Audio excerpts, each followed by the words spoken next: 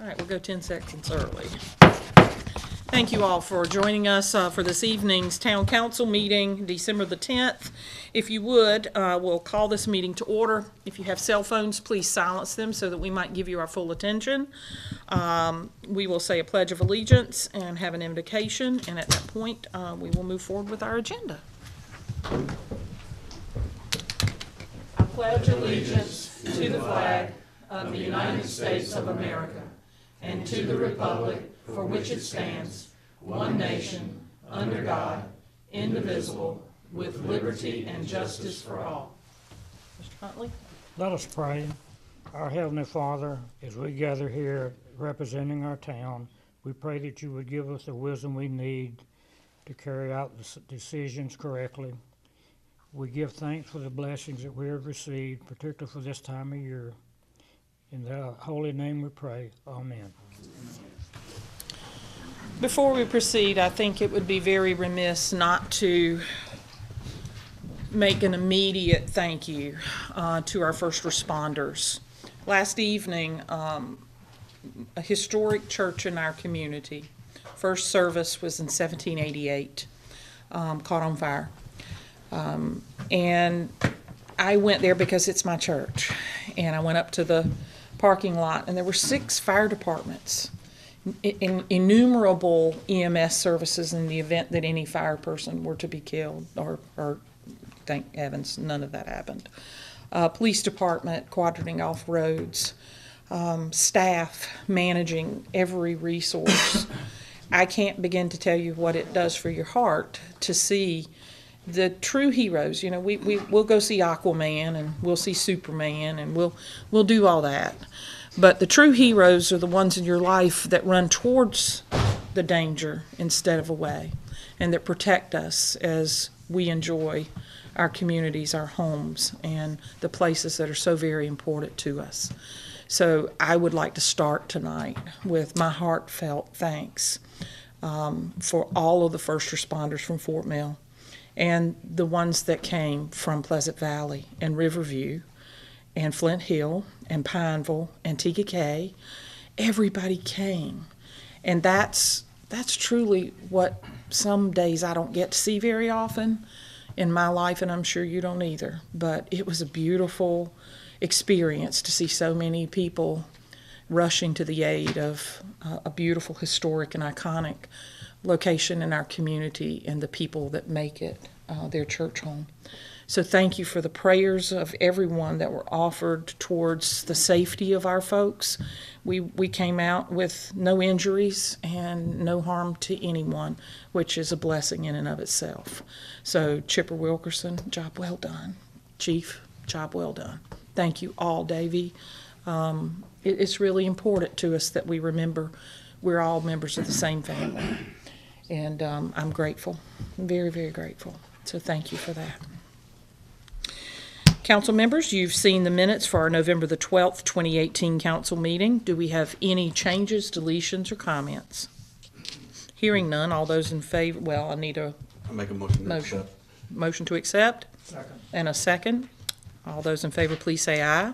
Aye. All those opposed, nay. Thank you. Public comment. Pursuant to Section 2-46 of the Code of Ordinances for the Town of Fort Mill, any resident may appear before council for the purpose of providing public comments on any municipal matter except personnel matters. Those who wish to speak must sign the public comment sheet prior to the start of the meeting. Do we have anyone signed in? No, ma'am. We do not. All righty then. Then we're going to launch into presentations. Presentation number 1, Christmas Parade Awards, Brown Simpson. While I'm doling out how grateful I am, I think it's probably a great time to thank Brown, Caroline, and the tremendous support from town staff for the Christmas parade. The Christmas tree lighting was wonderful, and the Christmas parade, it rained on us, but it went on, and it was a really good event. So many people on the sidelines with their umbrellas, and it was a nice event, and you guys worked so hard to put that on. Thank you. Well, thank you, Mayor. Thank you. Members of council, it's my honor to be here tonight filling in for Caroline. She's out under the weather tonight, but hopefully she's going to be okay. Mayor, if you would join me out front here. We did have some 2018 Christmas parade winners that we did want to recognize tonight. and I think we've got some that are in attendance. And we had 4 different categories: best car, holiday spirit, the best walking group, and the most creative. And we want to start off first with our best car, and Joe Jordan, who is also known as Buddy the Elf, is here. Joe, you'll come up here.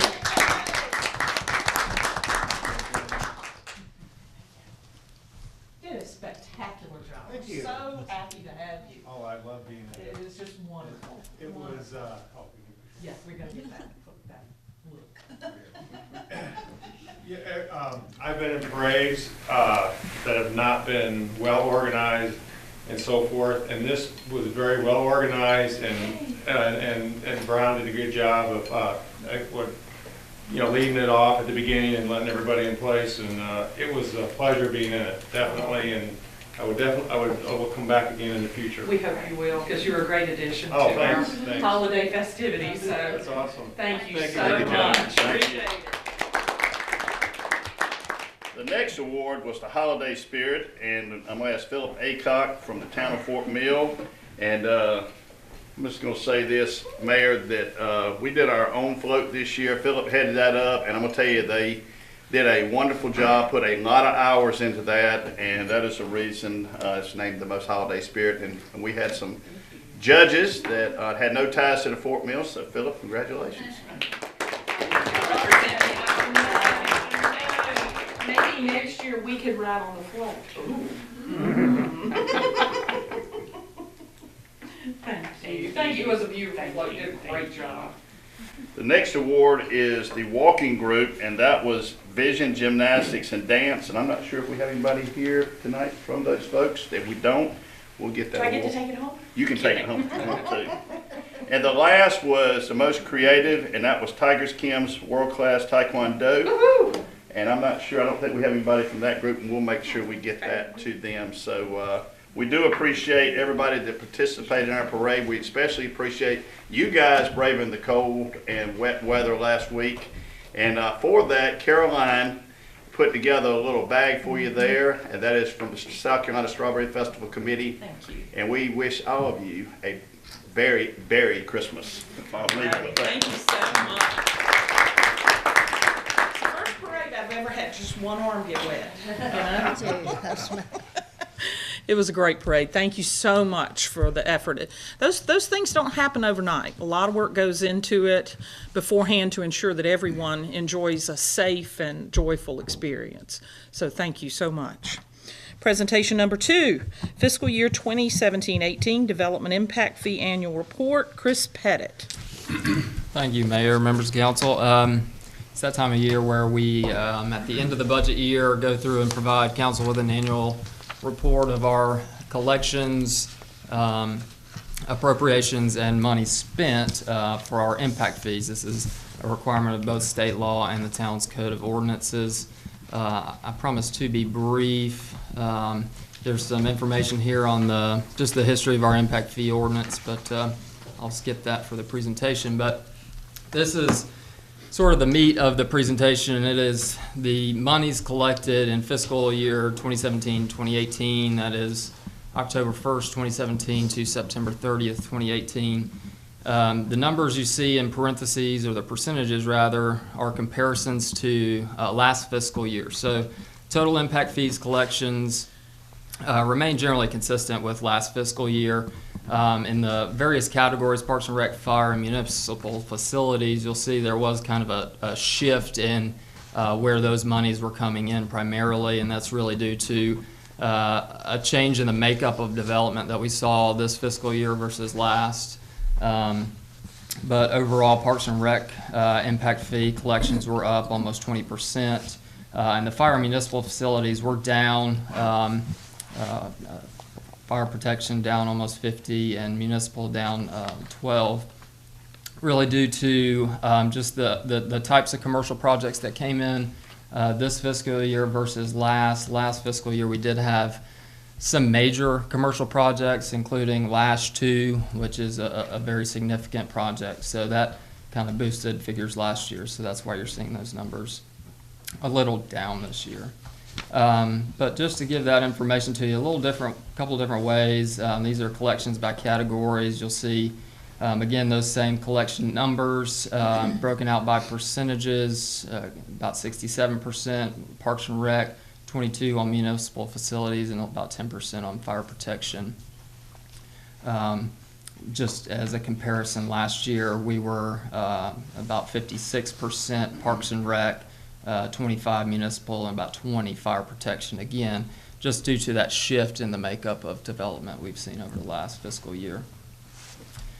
As far as total construction, the total construction value, that is the value of all the permits that we approved over fiscal year 17-18, that actually was up 1%, fairly consistent. But again, here you'll see a large majority of the construction value in fiscal year 17-18 was residential, about 97% versus 3% commercial.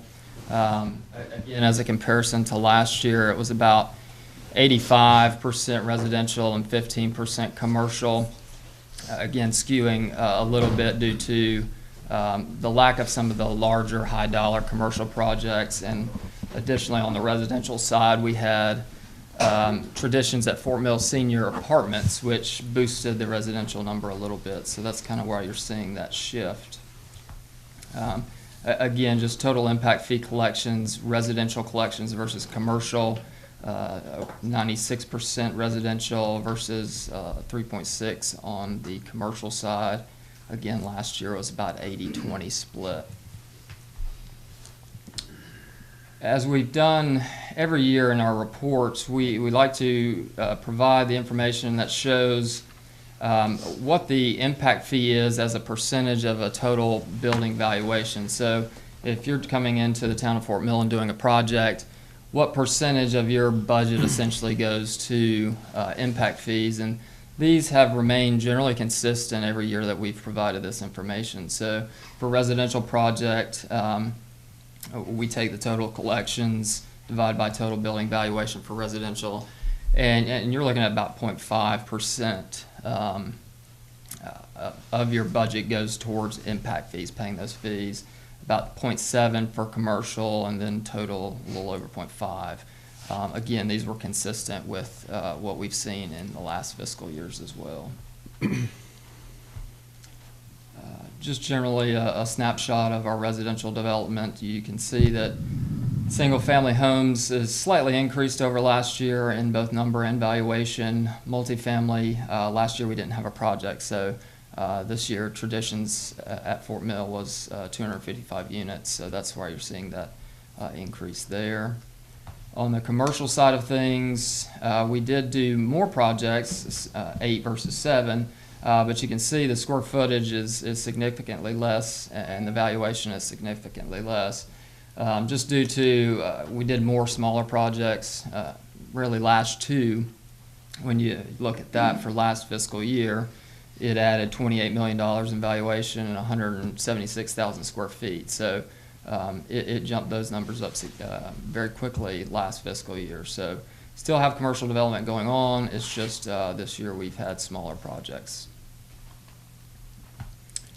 And then kind of the final pieces of the required report here are discussing expenditures and then appropriated funds. So for Parks and Recreation, we did expend $557,455. Those expenditures went to, I have listed Waterside Park, but we all know that is Banks Athletic Park now. So we had 142, a little over 142 go to that. $415,000 was expended towards land acquisition adjacent to Dobie Bridge Park. And then just coming up as a snapshot for the 18-19 budget, these are just some items that were pulled. The $500,000 for Waterside Park continued work is an impact fee eligible project.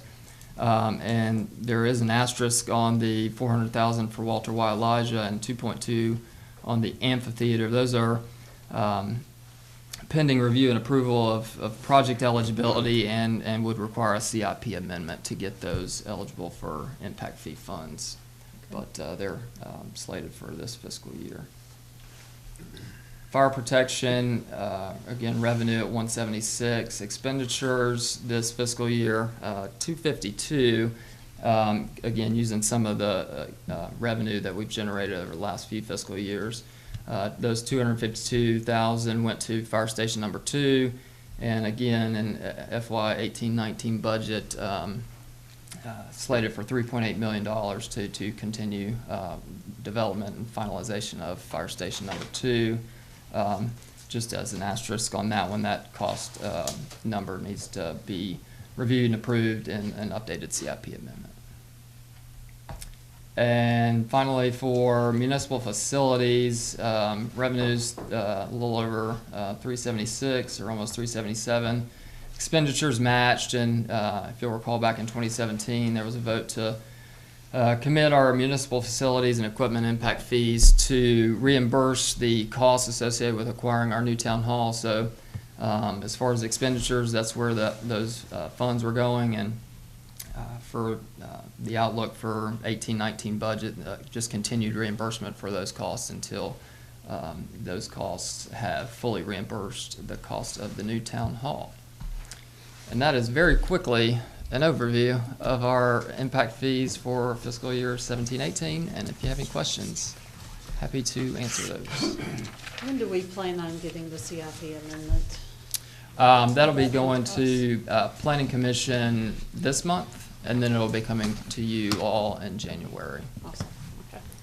When will the impact fee study be updated? Impact fee study has to be updated every 5 years. So we started in 2015. So by 2020, if council were to elect to continue to move forward with impact fees, it would have to be done by 2020. So January 1, 2020, or? We went effective October 1st, so it would be in that October 1st timeframe. Could you choose to do it sooner than that? You can elect to do a study update at any time. But it typically runs with the fiscal year in our budget. Generally, that's an easy place to do it, is with the fiscal year. Okay. Any further questions for Chris? It's a lot of information to digest. Overall, it appeared that we had some less funding collected. We still had some growth, but not as large a growth as we've had in the previous year. We're making good use of the funding that's collected with planning in advance and working to contribute to projects that will serve our community and the town, the town hall building. We're paying for it as we go. I think that's an incredible feat for our town. So I'm very pleased with the financial decisions that are being made by staff and the council. Further questions? Hearing none, thank you very much, Christopher. We have no old business items, so we'll move immediately to new business items. New business item number 1, Hazen and Sawyer Agreement Amendment for the waste treatment plant expansion to 6.0 MGD. That's million gallons a day. Aren't you proud of me, Greg? Greg Rushing, David Broom, and Shante Bowler will be the folks that give us an explanation. Do I have a motion? Make a motion to accept new business item number 1. Do I have a second? All right, I have a motion and a second. Thank you, Mayor. As Greg is coming up, we wanted to provide you information. We're bringing to you an amendment to an agreement the town entered into with Hazen and Sawyer engineering firm back in August 2016 for the expansion of our water plant. Phase 1 we've just completed recently. This amendment will include Phase 2 and ultimately Phase 3. Is that correct? It won't go in phase 3. Part of the construction involves phase 3. So we are just want to provide you and the information regarding the amended agreement. Sure. Sure. Good evening, council. If I get over into nerd speak or technical babble, please Wake stop me me up. and ask me questions. I will certainly do it. I've got just a few talking points I wanted to go through regarding the treatment plant, and this is phase 2 of the treatment plant. Hazen and Sawyer did us a great job on phase 1. That is complete. This project we're talking about now is started in design in the summer of 2016, and originally it was scoped to be 0.4 MGD, million gallons per day, and was based on the current or the existing effluent limits that we had from DHEC. They were much less stringent than we have now, which will go into the next phase, of course. And it was anticipated to be funded purely by bonds issued by the town. As we went through the project, and honestly, I didn't know any different. Wasn't involved with the first part of it, but as we've gone through it, we bumped up the capacity to 4.5 MGD. That is not a magic number, but it does work very well in terms of leading into the next project.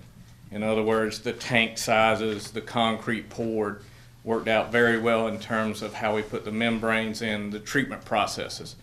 4.5 is a good even number to round up to the next project. The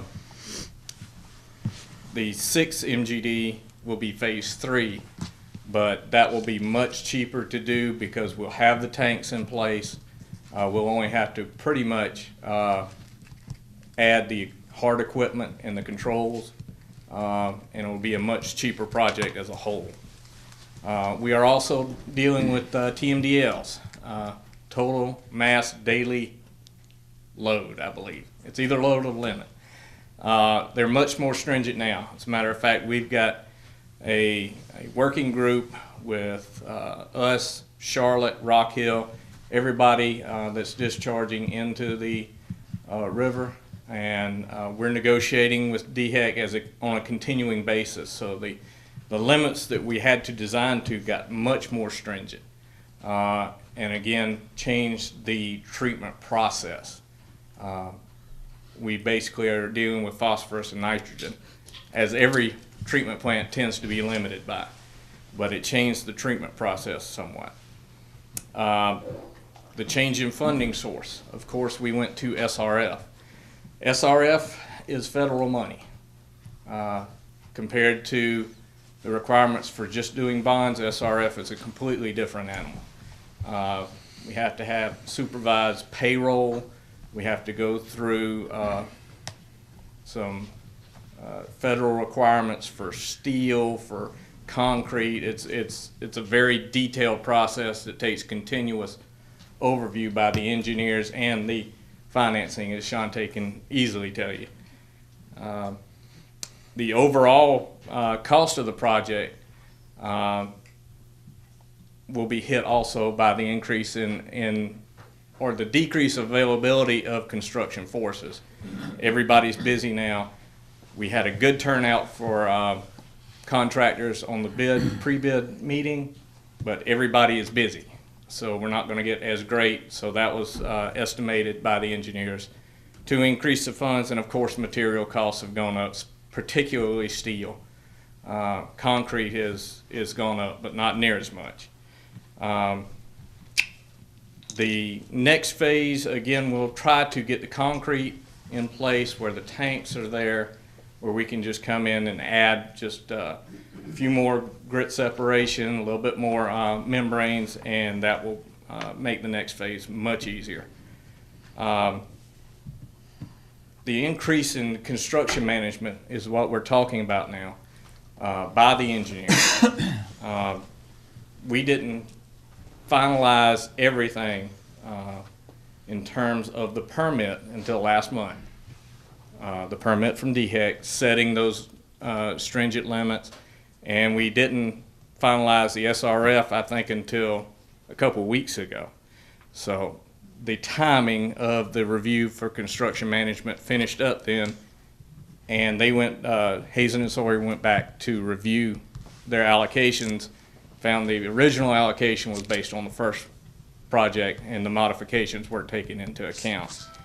So what we did, we requested that they go back and not put a percentage, and I don't think they did put a strict percentage based on the change of the total project cost. They did an hourly adjustment based on how many hours they'll have to review actual construction in the field, how many hours They actually have to review the SRF requirements, how many hours the geotechnical changed, and the training. We're getting much more technologically advanced equipment this time than we did in phase 1. So they're going to have to go through a lot more training with our guys, with the contractor, to make sure that's all done. Let's see, the original construction management was listed as roughly $2 million. The revised was 2.8. However, they did save a good deal of money, $300,000 on the design side of that project. So the change in that construction management issue will be around $500,000, $495 and change. But if you have any questions, I'll be glad to answer them. Any details on the changes, let me know. How long do we anticipate phase 2 to take? before Take we reach about phase 2 years. 1? And then phase 3 following? Only if necessary. We'll only go straight into phase 3 when the capacity is used up. We'll have the design ready, but DHEC only requires design at 80% of capacity and actual movement into construction at 90%. When do we anticipate bond funding? January? Yes, we'll get the, and I'll let Shantae cover that, but yes, we'll have the bids in the first week of January, and then they'll analyze those bids and bring back a recommendation, and with that recommendation, they can go into funding. We do have to come back to council for certain pieces of our process, and when the dates will be set for the bond closing will be sometime after January, because we're going to be waiting on the bids to come in for the project before we set in stone, firm up those numbers in terms of our borrowing. So it will be sometime after that when we will come back to council with some other official documents concerning that. What we propose to do concerning this increase that Greg has been, and Mr. Broom has been talking about, you heard him mention the $300,000 cost savings that was realized from the design and permitting phases of the contract, the original contract. So we are looking at transferring that $300,000 cost savings down to the construction management services. On the agreement that you've been provided with, they have already made that adjustment. The fees went for design and permitting from $22,856.75 to $19,856.75. And then for phase 3, the construction management went from $2,045,240 to $28,4776. That's where the $300,000 amendment was made. The additional, which is around the $495,000, we are recommending that we take that from our operation and maintenance fund. This is one of the funds that our bond documents require that we have for the operations and maintenance of our system. And since this is part of the operation and maintenance of the system, we are allowed to use those funds. Right now, what we have been doing is funding those accounts each year when we've had additional monies to do so, and the money is there for this use. So we are recommending to council that we utilize that $495,000 from the operation and maintenance fund, coupled with the $300,000 cost savings that was already part of the original agreement, which would give us what we needed in the way of the $795,000 total difference. It seems to be a hazard of any project that has the lead time like this one does, the size, the consistency of any construction project that goes over the course of several years, you're going to have an opportunity for, as you had indicated, increasing regulatory requirements that will change the cost for that. Cost for construction materials, who knows from day to day where that heads. But I do think it's not uncommon. I greatly appreciate the effort that's gone into explaining all of this to us, because it's certainly not something we enjoy when a project's going to be more than what we planned for. But as Shantae has indicated, that's what the money's set there for, so we can cover these types of contingencies that occur in any construction setting, any project setting. So it's not unique to a municipality, it's not unique to Fort Mill, it can happen in any setting. So I'm really appreciate that we have the money to cover it, as we should, and that we're able to provide newer technologies that are going to be better for the community, better for the wastewater sewer treatment. There are many positives built into this project. So do you have questions for Shantae, Greg, or David? I like the fact that they decided to go with the hourly billing instead of a percentage, because the chances are we'll probably save some money on that side also. Absolutely. Yes, sir. Absolutely. And please note that these are, at this point, not to exceeds. So if it were to increase further, we would have to come back to you with another amendment. And the other thing I wanted to mention is, one reason why we felt like we would want to take this route is because we've already pretty much have our funding mechanism in place in terms of what we've been working with our financial advisor. And we didn't want to go back and have to add to it and have numbers regenerated when we had enough to take care of that in-house. Mm-hmm. Where's the coverage ratio at in the outer years? I know it was, when we looked at Tyler, we originally had our first meeting with the consultants, and then when we did the budget workshop, the increased interest rates caused it to go down for 1 year, but then it bounced back up. Have rates kind of, I mean, I guess. Well, we're getting I think we're getting better rates than what Tyler initially brought to us. Certainly on the SRF loan we are. Yeah, okay. Yes, and we just sort of have to take our chances in the market with the public sale. But I do believe that's what Shantae just explained to us, is that we want to take the money from a fund that is set aside specifically to cover those variations. Yeah, but, so that we don't have to right. readjust the Tyler scenario and the type of funding that we're to receive. Is that correct? Yes, ma'am. Thank you. Any further questions? How long of training are you thinking, Greg? With the new system? Will probably start about 3/4 of the way through, based on when the equipment gets put in. So the total training could go 6 to 8 months. Okay. Just one after the other. And the original estimate that we were working from, how old was that? My guess, the contract was 2016. July It 2016. should have been in June, July, before this was solved. And Mayor, we will need action from the council to Yes. approve that amendment. I expected that. Okay. And you would like for us to do that tonight? Yes, ma'am.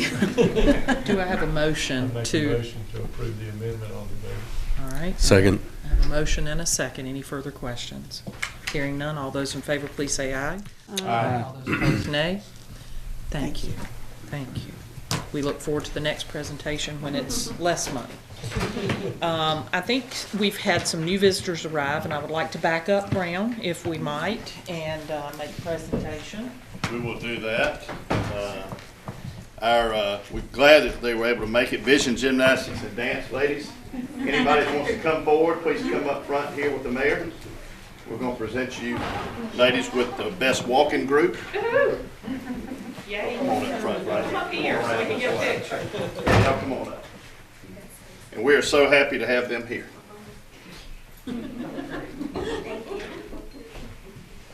Stop here and make me stand aside. These small, skinny people. Thank you for coming tonight.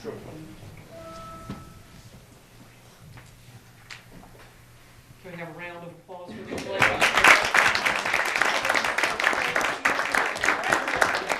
Thank you very much for participating. Was it wet and cold? Not too good. Next year we'll order sunshine. Thank you so much for coming. We enjoyed having you this year. Thank you.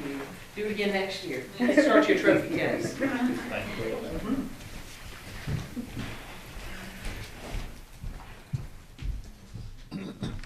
Alrighty then. I think we've exhausted all the items on our agenda for the evening. We have no executive session. We have no information or discussion items. Mr. Huntley, do you have anything for the good of the whole? Yes, I have several items. First of all, when these three ladies came in, I just assumed they were Santa Claus's children. Insignificant but interesting point is that December 2018, we'll have 5 Saturdays, 5 Sundays, and 5 Mondays. That occurs every 835 years, so I will not be around for the next For the next time. go-around? For the next go-around. Still on council. It'll be 2853. I'd like to acknowledge the passing of our 41st president, George Herbert Walker Bush. And like the mayor said, wish everybody happy holidays. In the parade, I thought, considering the weather, that's the best example of civic pride I have ever. And everybody was smiling. You would have thought it was 75 degrees. And I also like to thank Eddie Evans for giving me a ride in his 2018 Chevrolet Silverado pickup, which not only had heated seats, but had all these little heated vents. And I was just as warm, except for my right hand, I was just as warm. I know the feeling. And that's it. Thank you. Mr. Shower. Yeah, it was a wonderful parade. Even though the weather didn't cooperate, to see all those people that come out and show their pride for Fort Mill, and it was amazing. I got to ride in a 1954 Plymouth. It was an absolutely beautiful car. Again, President Bush passing away. That was the first president I ever voted for when I was 18 years old. I even have a letter from him. They don't even do it, I think, anymore when you get the Presidential Fitness Award. I have one stashed somewhere in my attic. I'm going to have to pull that out. Please remember the first responders over the holiday. We had that horrific fire the other night, and our guys are stellar, as always, up and down the line, from the police to the fire to the guys downtown, just all jumping in. And then if you don't think that we have community pride to have all those other stations come in to help us, I mean, that should tell you. Everybody's like, oh, there's too many people moving here. Yeah, but they're the right people. For them to step up like that, that is something that I am deeply, deeply honored and proud to be associated with that. And then, as usual, if it's too cold for you to be outside, please bring your animals inside. They do not be out in this weather. It's horrible to think that they can survive like that, no matter how much hay or whatnot you do for them. Please bring them in. And Merry Christmas. Ms. Cook? Yes, ma'am. So, yeah, last night was a little scary night to see unity and what was going on. Brought back some vivid memories of when First Baptist caught on fire, and it's amazing how well our fire departments have done to save those structures and hopefully, be able to keep the iconic steeple on the top of it and be able to see that. I thought it was very touching to see a post on Facebook that brought out that the Bible on the pulpit was one of the first things that they saved out of there to make sure it was okay. So that was pretty touching. An email went out from Parks and Rec to please be careful as we're going to Bank Street Gym. There's a lot of construction going on around that facility right now. Some improvements that will be coming, a parking lot dedicated for it. So as you're going to that area, please just be mindful that it is a construction zone and to please be careful. And happy holidays and Merry Christmas. Safe travels for everybody. Thank you. Ms. Trudy? Well, I would like to say, I'd like to echo what you said earlier about our first responders. They're very, very proud of all of them. And the parade, one thing that I noticed about the parade, I think that we had more, from my perspective, I think we had more people watching the parade than in years past, and they came prepared. I mean, they had their chairs, they had their umbrellas, they had their poncho. I saw some tents. And there were a couple trucks that I saw, and it looked like they had been tailgating off the back of them in the rain, I guess. So, I was very impressed with that. And just Merry Christmas to everybody. Thank you. Mr. Moody? No, it was great parade. I was a little nervous because we were in a 1929 or 30 Ford and 3 little kids. I was like, man, hope he's got good insurance on this thing. And it didn't have defrost on it, so I was taking my, scarf or shirt or whatever. He's like, wipe that window off, but the heater was underneath it. And to do that, so it's kind of neat. And my kids always look forward to that. It was a great crowd. Just so many people out in the rain, just standing out there. And that was pretty cool. And Chipper, good job, Jeff, last night with the fire at Unity. And man, it was a scary thing.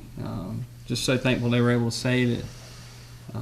I've heard about the fire at First Baptist years ago, and like Lisa was talking about. But just good job on that, and hope everybody has a Merry Christmas. So. Mr. Helms? I'll echo, appreciate all the first responders, police department, all of y'all, what y'all do. And I was very honored to be one of the 8 grand marshals this year as a retired fireman. So I was on the fire department with First Baptist Church, so I know how it was last night. It was very intense. Everybody have a Merry Christmas and a Happy New Year and a great holiday. Well, this is our last council meeting for the year, and I'd like to back up and thank Ray Felder, for their help every year with getting automobiles for us to ride in.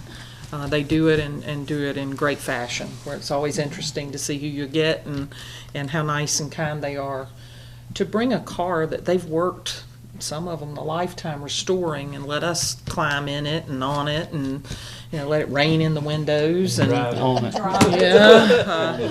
that's a lot of respect I have for those folks, and the Elks Club always pitching in to assist with the help that our folks need in getting the line up and getting the parade off. We started it a few minutes early this year to try to make sure that children and older folks were not standing out in the rain any longer than necessary, and I appreciate the flexibility of our staff and being able to roll that forward. It's like Mr. Elf over there said, if we hadn't have been organized, we wouldn't have been able to do that. 10 minutes, believe it or not, is a tremendous amount of time to push something forward. So thank you. Thank you for your resiliency, your kindness as your mayor's going, start. So thank you. I'd like to ask everybody to travel safely. The weather is so unpredictable this time of year here in the South. We could have 70-degree weather one day, snow the next. I think it's going to rain again this weekend. There's likely to be black ice. We don't need to add any more to our first responders' plate. They are plenty busy. So please travel safely with your families. And I'd like to thank the council and the staff. Our town is beautiful. It is beautiful. Yes, it is. And you provide us with so much as a community and as the people that surround me here give of their time. We've met many, many times this year. We've met challenges. We've rejoiced together over the good things that have occurred, and I hope we'll have some type of report in January on what a stellar year it was. We've welcomed new people to new positions, and guys, there's nothing like y'all. So thank you for what you do, and I hope that you all have a Merry Christmas. With that, I'll entertain a motion to adjourn. Make that motion? Second. Everyone in favor, please say aye. Aye. All opposed, nay. Merry Christmas.